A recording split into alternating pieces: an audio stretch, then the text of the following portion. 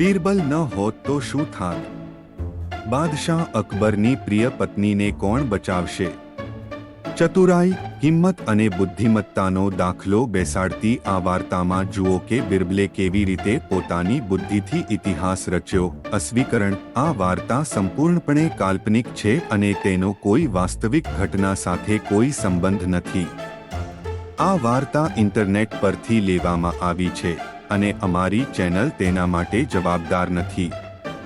તે માત્ર શૈક્ષણિક અને મનોરંજનના હેતુઓ માટે જ પ્રસ્તુત છે. એક દિવસ બાદશાહ અકબર તેની પ્રિય પત્ની સાથે બગીચામાં લટાર મારતો હતો. અચાનક બેગમની નજર ગુલાબના ફૂલ પર પડી અને તેણે તેને સ્પર્શ કરવાનો પ્રયાસ કર્યો. તેણે ફૂલને સ્પર્શ કરતાં જ તેની આંગળીમાં કાંટો વાગી ગયો. બેગમ ધીમેથી ચીસ પાડી. બાદશાહ તરત જ ગભરાઈ ગયો. કોર્ટમાં આ સમાચાર ઝડપથી ફેલાઈ ગયા. તે જ રાત્રે જ્યારે બેગમ તેના રૂમમાં આરામ કરી રહી હતી ત્યારે અચાનક તેનું શરીર સૂન થવા લાગ્યું. ડોક્ટરોને બોલાવવામાં આવ્યા, પરંતુ કોઈને સમજાયું નહીં કે સમસ્યા શું છે. ત્યારે એક ચિકિત્સકે કહ્યું, શહેનશાહ, આ કોઈ સામાન્ય વાત નથી. બેગમ જાદુના પ્રભાવ હેઠળ હોઈ શકે છે. આ સાંભળીને અકબર ચિંતિત થઈ ગયો. બીજા દિવસે તેણે બધા દરબારીઓને દરબારમાં બોલાવ્યા અને કહ્યું, જો મારી બેગમને કંઈ થશે તો બધાને પરિણામ ભોગવવા પડશે. જે કોઈ ઉકેલ શોધશે તેને ભરપૂર ઇનામ આપવામાં આવશે. કોર્ટમાં મૌન હતું. પછી બીરબલે આગળ આવીને કહ્યું, જહાંપનાહ, મને એક દિવસનો સમય આપો. હું આ રહસ્ય ખોલવાનો પ્રયત્ન કરીશ. બીરબલે તેની તપાસ શરૂ કરી. તેણે પહેલા બગીચાનું નિરીક્ષણ કર્યું જ્યાં બેગમને કાંટો લાગ્યો હતો. તેણે જોયું કે ગુલાબનો છોડ સામાન્ય દેખાતો નથી. બીરબલે ઊંડી તપાસ કરી અને જાણવા મળ્યું કે તે છોડના કાંટા પર કોઈએ ઝેર લગાવ્યું હતું. હવે પ્રશ્ન એ હતો કે આ કોણે અને શા માટે કર્યું?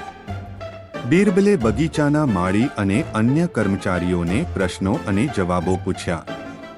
પછી તેઓને ખબર પડી કે તાજેતરમાં બગીચામાં એક નવો માળી રાખવામાં આવ્યો છે. બીરબલે માળીની ધરપકડ કરી અને તેની કડક પૂછપરછ કરી. માલીએ આખરે કબૂલ કર્યું કે તેણે દુશ્મન રાજ્યના કાવતરાખોરના કહેવા પર આ કર્યું હતું. તેનો હેતુ બેગમને નુકસાન પહોંચાડીને અકબરને માનસિક રીતે નબળા પાડવાનો હતો. બીરબલે કાવતરાખોરને પકડવાની યોજના બનાવી. તેણે માળીને કહ્યું, તમારા માસ્ટરને સંદેશ મોકલો કે કામ પૂર્ણ થયું છે. સંદેશો પહોંચતાની સાથે જ દુશ્મન રાજ્યનો રાજદૂત પોતે અકબરના દરબારમાં તે જોવા આવ્યો કે તેનું કાવતરું સફળ થયું કે નહીં. બીરબલ પહેલાથી જ યોજના મુજબ બધું કરી ચૂક્યો હતો. રાજદૂતે પોતાને જાહેર કરતાની સાથે જ તેની ધરપકડ કરવામાં આવી. બાદશાહે તેને સખત સજા આપી. બેગમને તરત જ એક ચિકિત્સકની દેખરેખ હેઠળ મૂકવામાં આવી અને તેમની સ્થિતિમાં સુધારો થવા લાગ્યો. બાદશાહ અકબરે બિરબલની ચતુરાઈ અને બહાદુરીની ખૂબ પ્રશંસા કરી અને તેને ઘણા ઇનામો આપ્યા. તો શું તમે જોયું કે કેવી રીતે બિરબલની ચતુરાઈએ બાદશાહ અકબરની પ્રિય પત્નીનો જીવ બચાવ્યો? આ વાર્તા આપણને શીખવે છે કે સંકટ સમયે વ્યક્તિએ ધીરજ અને ડહાપણથી કામ લેવું જોઈએ.